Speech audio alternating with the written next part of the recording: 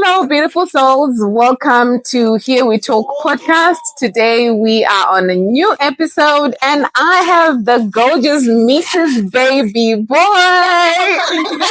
I know you love that, so I was not going to put it out. Thank you so much. I've got Mrs. Baby Boy. Okay, so that's the first name, aka Ketchup with Fuzzy, the same YouTuber, and she is just a girl. I hate titles so much because I feel like they're limiting. Yeah. I feel like they limit me in what I can potentially do, and I feel like they limit someone in doing something else. So I like just being referred to as just a girl. Whatever you need in that moment, I can probably show up for you. Wow. Then to title me as, oh, she's this, she's this, she's this. So someone feels like, yes, I cannot talk. You can talk. This girl. Like, it's just so limiting. Oh, wow. Yeah. All right. So, yeah, today we have just a girl, just girls as well, because, you know, I just love being authentic. Just like what you see is what you get. It's not like we are going like, oh, what do I have to do? Do I need to have an accent? Am I supposed to speak this way? Exactly. How am I supposed to present myself? And just being you allows you to be very comfortable with yourself, I think. Exactly. Yeah. And I love that fact because then whenever you feel like this is not working, you can just switch and just be whoever you want. Be whatever you want in that moment or in that season. Yeah. Exactly. All right. So today with the beautiful Mrs. Baby Boy, we are going to be talking about all things marriage because girl has been married and... It's funny. I've only been married for like 6 months. Oh, yeah. And now I'm like, okay. I think the fact that I talk about my marriage a lot, people now actually see me as this marriage content creator. But it also makes sense, even I think with the direction that God is taking me. So I think for me, not to sound cliche, but it's more of purpose and calling, and it's more of a lifestyle. So yes, it's on brand. It's on brand, yeah. And 6 months into marriage, we already see that Mrs. Baby Boy is living her life. Yes. Right? True. She's living her life. And I also loved the way you have also just incorporated that marriage life into your content because I think you just have to be you. Yes. And sometimes if you need to align yourself, realign yourself, then that's another issue. But leaving you and showing it that this is how it is. And off air, you gave a comment that, you know, get married, you people, you know, marriage makes your life easy. I highly recommend marriage. I like it comes as my most highly recommended. But marriage in the context of getting married to the right person. Yeah. First and foremost, try by all means to get married to the right person. And once you get married to the right person, it will not be easy, but it will be worthwhile. Yeah. It won't be easy, but it will be very, very worthwhile. Life will throw blows at you. Yeah. But the fact that you have someone whom you're handling that makes it And, you know, having to look in the era that we're living in with social media and how it also portrays the perfect marriage and also giving the worst part of marriage where you can consume content on, you know, marriage is limiting, marriage is horrible, you know, you get in and you want to get out, you don't know how to get out. But on you, it's not about that. Tell me, how is that? Like, it's 6 months, but I can tell that when you were younger, you were like, you know, when I get married, and it has manifested. Yeah. And you are showing it, you know, like that radiant thing, it just goes. So I think for me, it circles back to my single season. I think I was very privileged and good at knowing myself and at being authentic with myself. And that allowed for the men that I married to know me and see me as the person that I am in my 20s, rather, right, where I am right now. So him then choosing me to be his wife and me agreeing to be his wife as well, it's also then like accentuated the elements of my life that I already had. So back then when I was still single, I'll just talk about, oh, when I get married, this, when I get married, this, when I get married. But the good thing is when I was talking about it, it was also landing on a soft ear. Okay. Someone who is really interested in just seeing me be, you know, who is not fixated with what an idea of a wife I should be, but who's more fixated on, okay, fine, this is fancy, right? But this is also my wife. Yeah. Okay.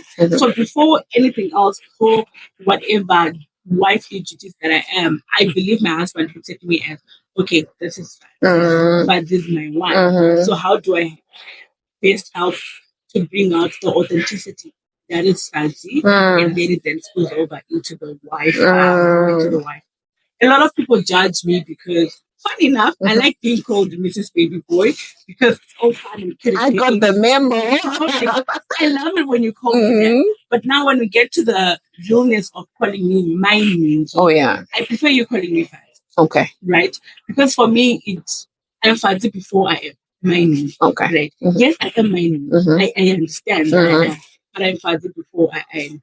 Once you put me on that pedestal, say, my name, it, for me, bounce me so much. I can't appear as a daughter to my mother-in-law. I then am supposed to be this responsible, glorious life, get out and.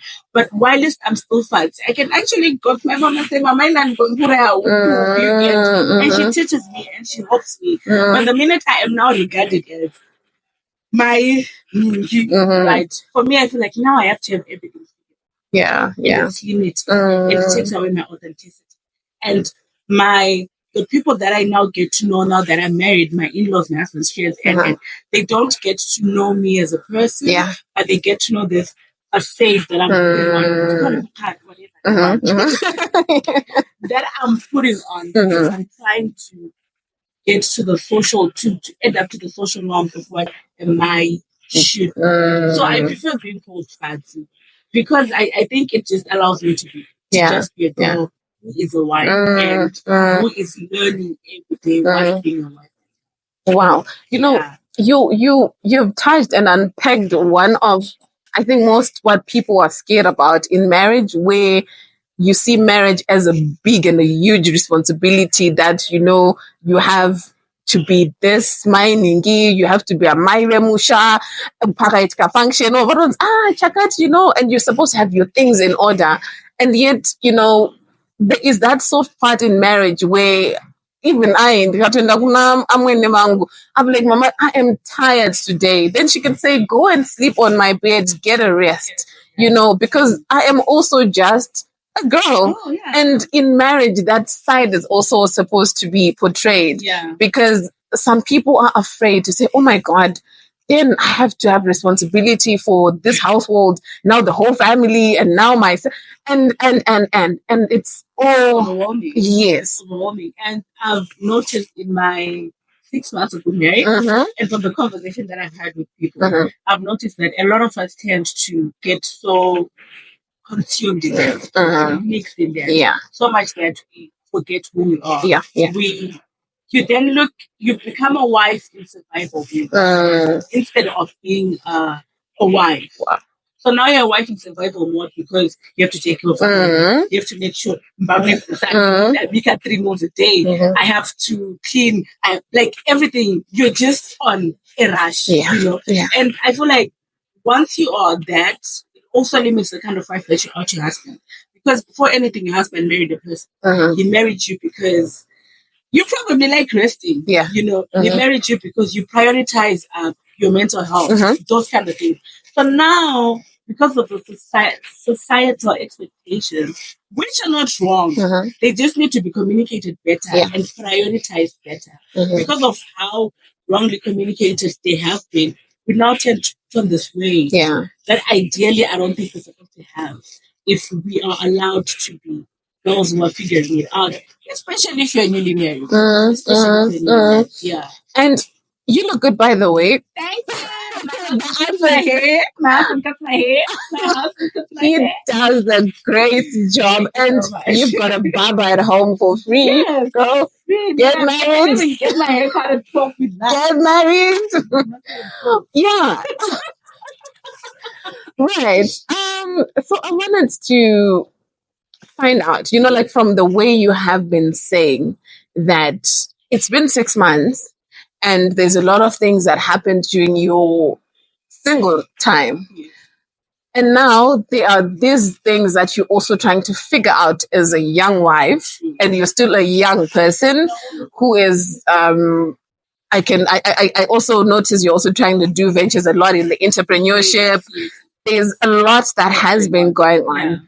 How has that transition from being the single person who, you make all your decisions, you make all your choices, you were living alone, enjoying the comfort of your home, but now you have another whole person inside your space, you have to communicate, you have to consider, and, coexisting, probably you like the other side of the bed. How's that?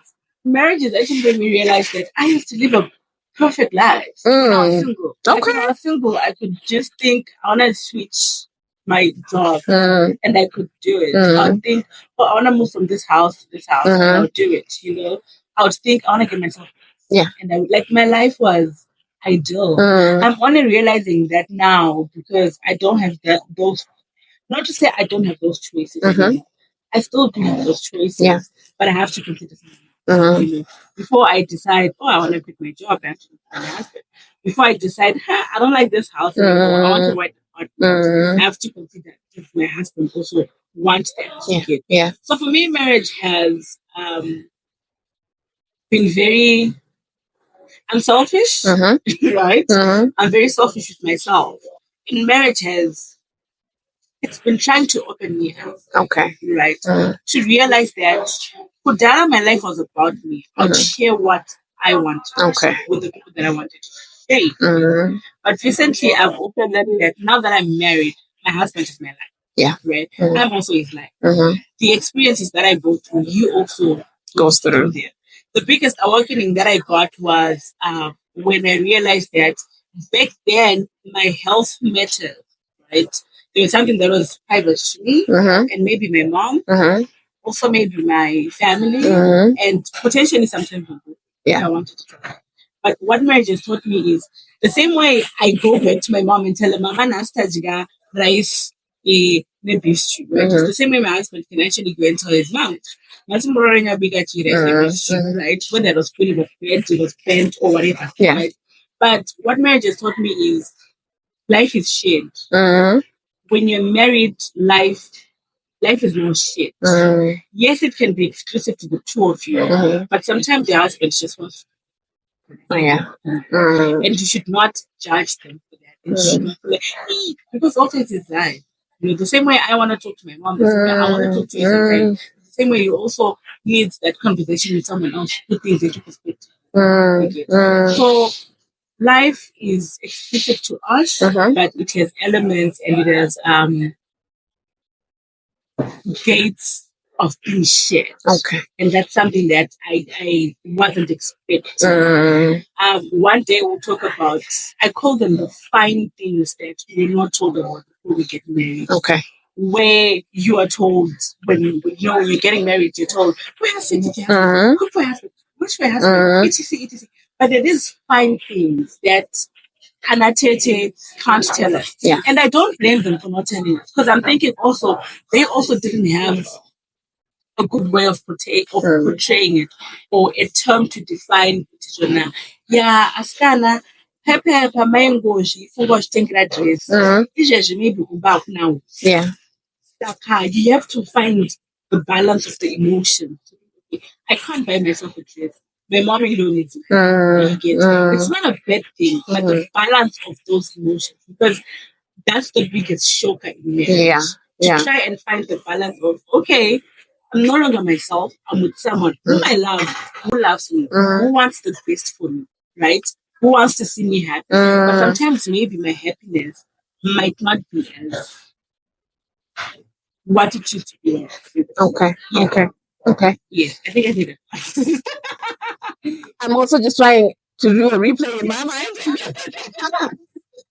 But I really think you also touched on the very most important things where you said you actually talked to your husband, with your husband, because I think that's one thing that most people are scared about, being transparent, to talk about, okay, yeah, we can have sex, we can do this, but there are those other things that may hinder whatever connection you have in your marriage, where you can just come and you rock that, I've changed the curtains, and I've just had top priority of things by myself, and you don't consider that. Because also it's his life. In as much as I'm in charge of the home, right?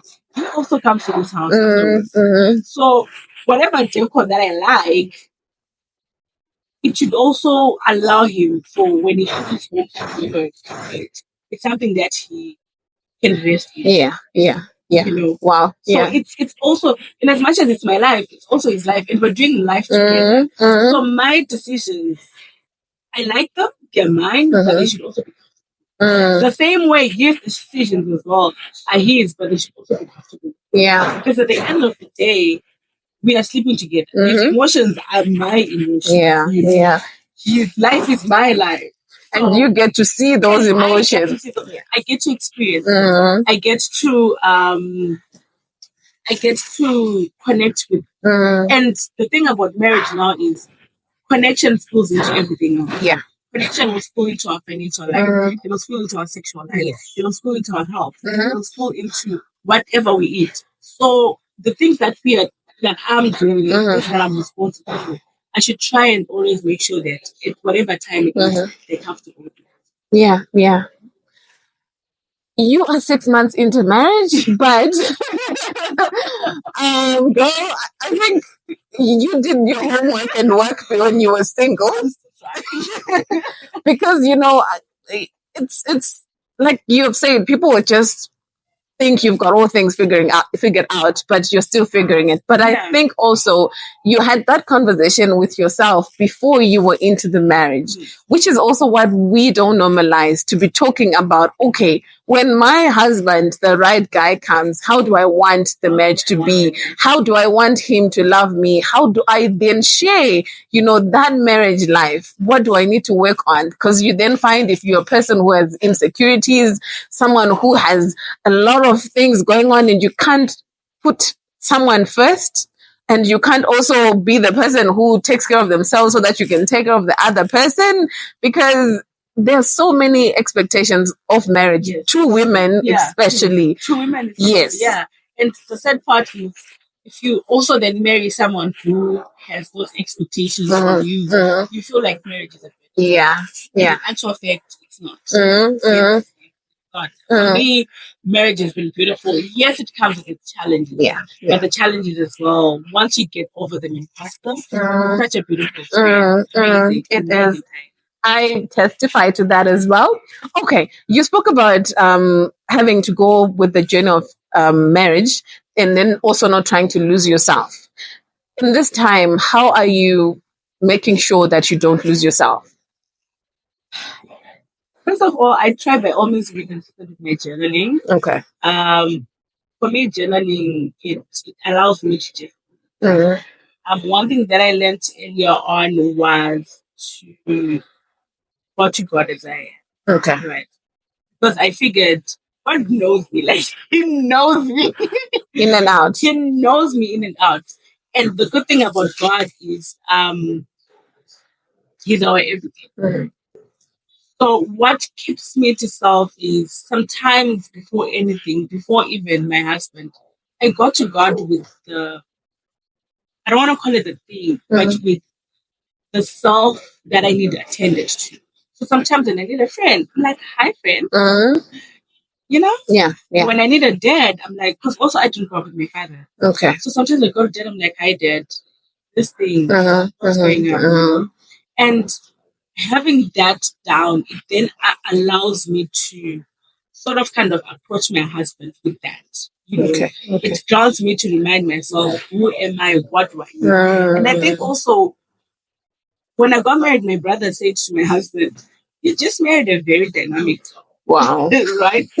And that's stuck. Yeah. Because I'm like, okay, so my family realized that I'm dynamic. And then I hadn't acknowledge myself as dynamic. Today I want to be this, tomorrow I want to be this. But hearing my brother say that out loud to my husband, I think it also allowed him to actually realize, you know what, Gwen is just. She's just. You know, she's just. And I think another thing that allows me to keep to self is I got to know myself before I got married. I got to know myself. Yes, it's an ongoing thing, but the core things that make me, I got to know them. You know, when I was so young. Like, where am I? I'm a Christian. Yeah. What kind of a Christian am I? I am. It's an X type of a Christian.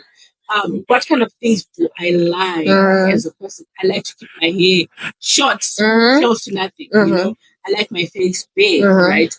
What things do I enjoy? I enjoy being in my house. Yeah. I enjoy being alone. I enjoy spending time on social media. I enjoy praying sometimes. You know, all those things. So knowing the core things that make me me allows me to still stick to these things when I'm single. And that also has helped me in communicating and projecting them to my husband. Yeah. And he has opened space for me to be there. So to know yourself before you get married, fully know and understand who you are, and then pray for a partner. Pray for a partner who is open-minded enough to also understand. You know, I will quote you as a wise woman as well, because, you know, having to have this conversation, and I'm in my 8th year of marriage, you know, you'll be like, oh, now, yes, things do work out and I'm in a good marriage, good space and all that. But you'll be like, okay, I should have probably said this or done that earlier or before. Because then also it may avoid unnecessary conflicts between yourself and your husband in the beginning of the marriage.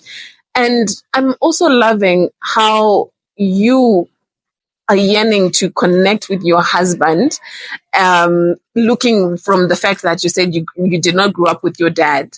And most people would then block people and they don't want to know, like, I don't want, but you also want to have that father figure in your husband. And we may say that, oh no, he's not my dad, he's not what, but emotionally, you would need some part of him. Male provider of my emotions. Exactly. Yes, my brother is there, yes, but he's the primary provider of my emotions. So, sorry to cut you. It's okay. I have 2 aspects that I want to speak into. You are in your 8th year of marriage, right? But what you don't realize is when you come online and speak about your marriage, we are learning. So what I learned back then when I was still single from you guys, the things that you talk about, sex, cooking, breastfeeding, and are the things that I'm now applying. Right? So maybe your mistakes happened because we didn't supposed to teach us. And we are learning. You get. And then the other thing that I wanted to talk about is, in as much as we might have not, my husband is not my dad, but the one thing that we miss is my dad is not in my life like that anymore because I'm married. Unfortunately, my dad died, so he's still a baby, right? But for my husband, to the girls who grew up with their dads, right, the primary provider of the male emotions that you need. I don't know if I put that. That makes sense. True. Is your husband, and the Word of God talks about man being the provider. Exactly. And his provision is not only being limited to putting food on the table, to giving you money. His provision is open to emotional intelligence, but emotions, right? His provision is not limited to your health. Is he providing? So if you allow a man into your life, right, allow him to fully provide for you, because he's the primary provider of everything that you need. And I can really link that to even our culture, where, you know, you are now answerable for whatever happens to our child. That means already he has assumed the role also as the one that your dad did. The Word of God even speaks of the man being the head of which is where probably submission comes in. Probably where submission comes in. But already, he's not your father, but he holds the father figure position in the family. Yeah. And I believe also that he's got those so many roles where you need a friend, you need a lover, you also need, that father element sometimes. You also just need someone that, you can just be yourself, don't wonder about whatever is going on. And he has that all-rounder elements in one person. Yeah, it is. And for me, it trickles down to, I know this is going to sound funny, but for me, it trickles down to just him holding my hand. Right? When we're walking in town, he's holding my hand to cross out. Yeah. Which means he's reading. Already. I mean, I actually pictured my dad doing that, and then you are closer to him because I'm safe when I'm closer to you. So for me, it trickles down to the little things that he does, and that I allow him to show his masculinity in. Yes. So I don't have to be a strong girl when he's around because he's there. He's supposed to be strong for me. Wow. I'm just a whoa. Girl, Sana, who fed in the house? Who cooks for you? Who cleans the house? Yes. And will listen and follow you. The aspect of vulnerability is something that is not comfortable to a lot of people.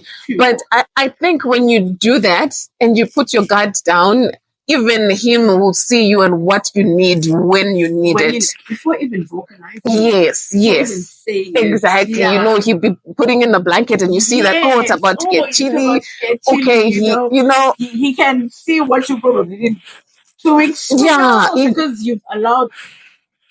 You put off the eyelashes, you put off the makeup, you put off everything, and you say, you know what?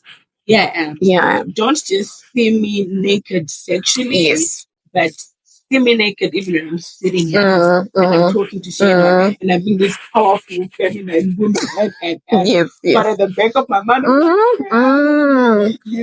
kind of that. I said to my husband, I don't want to be I'm not a strong woman when I'm here. Yeah. I may be, the therapist there, I may be this, I may be that, or the strong girl in the family, the firstborn. But when I'm with you, I am not a strong woman. I would want to just put my legs down and you be doing what you need to do. And emotionally as well. What's funny, I was listening to this podcast this morning and it was saying that, I haven't fully researched, right? But it was saying that women thrive most when they are well rested. Yeah, that's so true. Even in a formal workplace, even at home, if a woman is well rested, she produces better. She does better because in our nature, we are not created to survive. Yeah. We are not created to be in survival mode. So you find that once a woman is in survival mode, she's good. Yeah. She's aggressive. But if you're well rested as a woman, right, which is something that we haven't fully talked about and listened to but I'm sure if you try and see the progress that we've had as a world with COVID, where women have been allowed to work from home, etc. We've been making better results after the season. But anyhow, we're talking about vulnerability. Yes. And that aspect of vulnerability, a lot of us associated with weakness, of which I think there is so much strength in that. Yes. Because you are being yourself. I cannot do this. I am this when this happens. I need help. I don't have it all figured out, and I don't want to run the home by myself. There's a lot of exhaustion that comes with that. I really want something that he just said, I took care of that, and I'm like, okay, it's cool, dude, because I just don't want to be that woman who has to carry everything. Fighting. Exactly. Fighting. And the thing about carrying stuff is you're emotionally tired, you're mentally tired, you're physically tired. Anything that makes you a person is tired. It's tired. It's tired. Yeah. But also, while we're talking about being vulnerable as women, we should also allow our men and our boyfriends and our husbands to be vulnerable to us. In as much as, yes, they're strong, yes, they're the providers, and.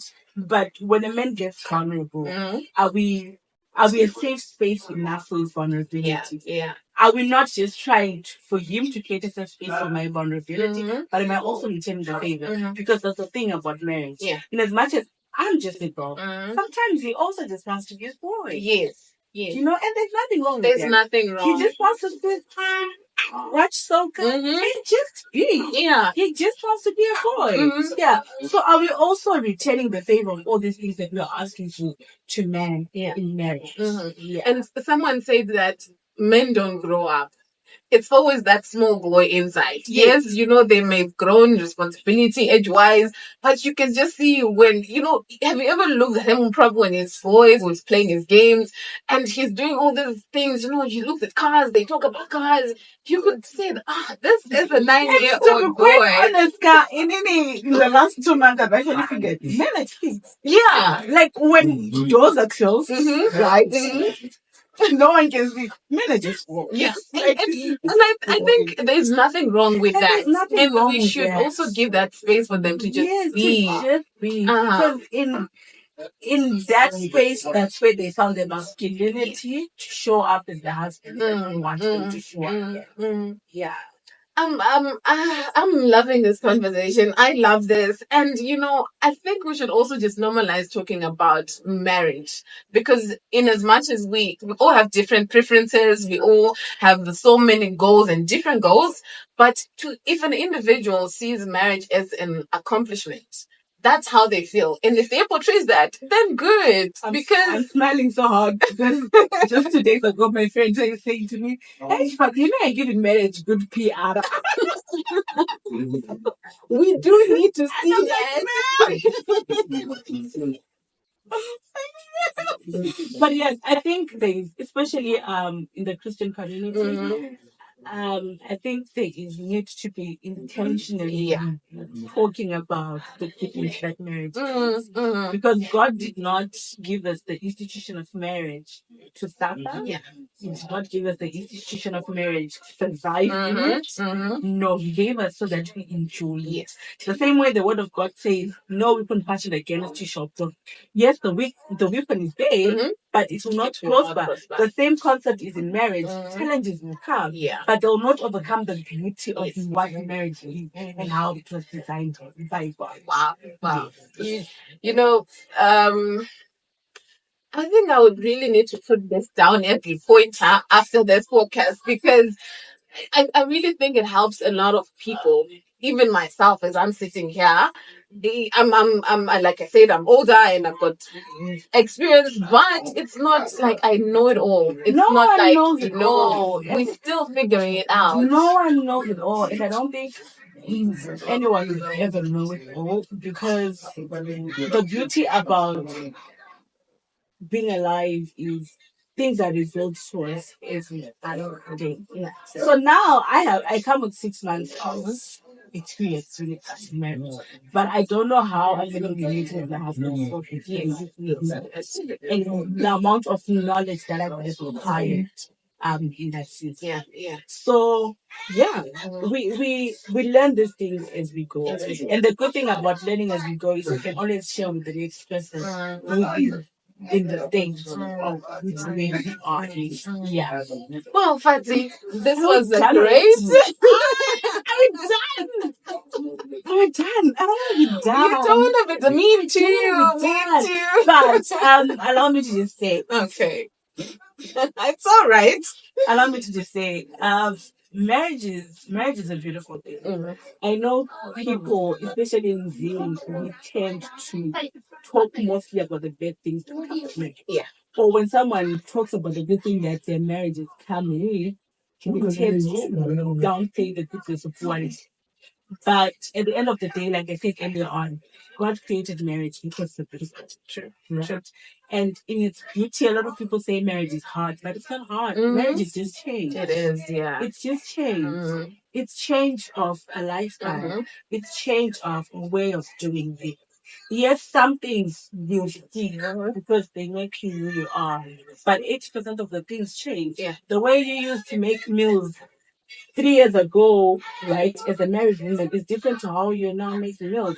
The kind of things that your husband liked when you got married are now different, but it's just a change of lifestyle. So the narration that's in the society that says marriage is hard, I personally am here to challenge that. It's not a hard that is marriage. It's just the change of lifestyle that is ongoing. And you are now changing with someone else. Yes. Your opinions may be different. You're not fighting against each other. You're fighting with each other. Sometimes it may not look like it, but it's just change. It's not hard. It's just change. And you know what makes the hardness in change is when you resist the change. You resist the change. Yes. So when the circumstance change, you then just adapt to the change. Go with it. Go with the change. Because you are creating negativity when you resist the change. True. So already that's where the problem That's where comes the problem in. is. And already if one person in the relationship has negativity, it spills into what marriage looks like as a whole. It spills into the family, as a household. But at the end of the day, we are called to enjoy life in abundance. Wow. And in its abundance, it also includes marriage. It doesn't say live in abundance financially, live in abundance career-wise. As a whole person, if you're married, marriage is good and it's a good experience. It's a beautiful experience that God has called us to live. Living in abundance in marriage. I'm going to make that my affirmation for my marriage. I'm going to live in abundance. I am living in abundance in my marriage. Because, I also believe that God is someone that I've created a relationship with, and I can go to Him with anything. So if a marriage is what you want, ask Him, go to Him, talk to Him about that. And also, sorry. I did a 2 hours now. We're going to make that happen. But also, another thing is, with the change, right? Change comes with me evolving. Right? So allow for the other person to evolve. Allow for the other person to evolve. Because you say, yes, I can do like this. No. The same way you can change your mind, the same way your partner can change your mind. And have grace. I've learned that in the morning before my husband leaves, I'll ask him, baby, what do you want to have my name? He's like, I want to have greens and I'm like, okay, cool, shut. Maneri come back and his mind is changed. And I've learned to have grace because I also changed my mind. So also change in marriage is in the tiniest thing. Today I like wearing my sneakers with socks. I know this is very fast. Today I like wearing my sneakers with socks. Tomorrow I might not like. So once you are able to adapt to change in daily routines as a couple, as an individual who's also seeing your partner, I believe you're also then able to adapt to the bigger changes that come with life and that come with marriage and with different lifestyles that you guys have done as you are doing life together. I'm done. She's not done. Mrs. Baby Boy is not done. But, this was quite a rich conversation. And I just want to thank you also for just be vulnerable to talk about the space that you're in, bring your life online, because this is a safe space. And we want people to also create safe spaces wherever they are. All right. So for me, Mrs. Baby Boy, I do not want to add anything because I don't want to dilute. But, do the work for marriage when you are still single. If you're a girl for a marriage, go for it because marriage is life. Marriage is a good thing. Marriage has abundance in it. Yes. And so marriage is beautiful. It is beautiful. We glow, glow. Ma'am. All right. So me and Mrs. Baby Boy, we will never finish saying goodbyes. But until next time, we will see you on the next one.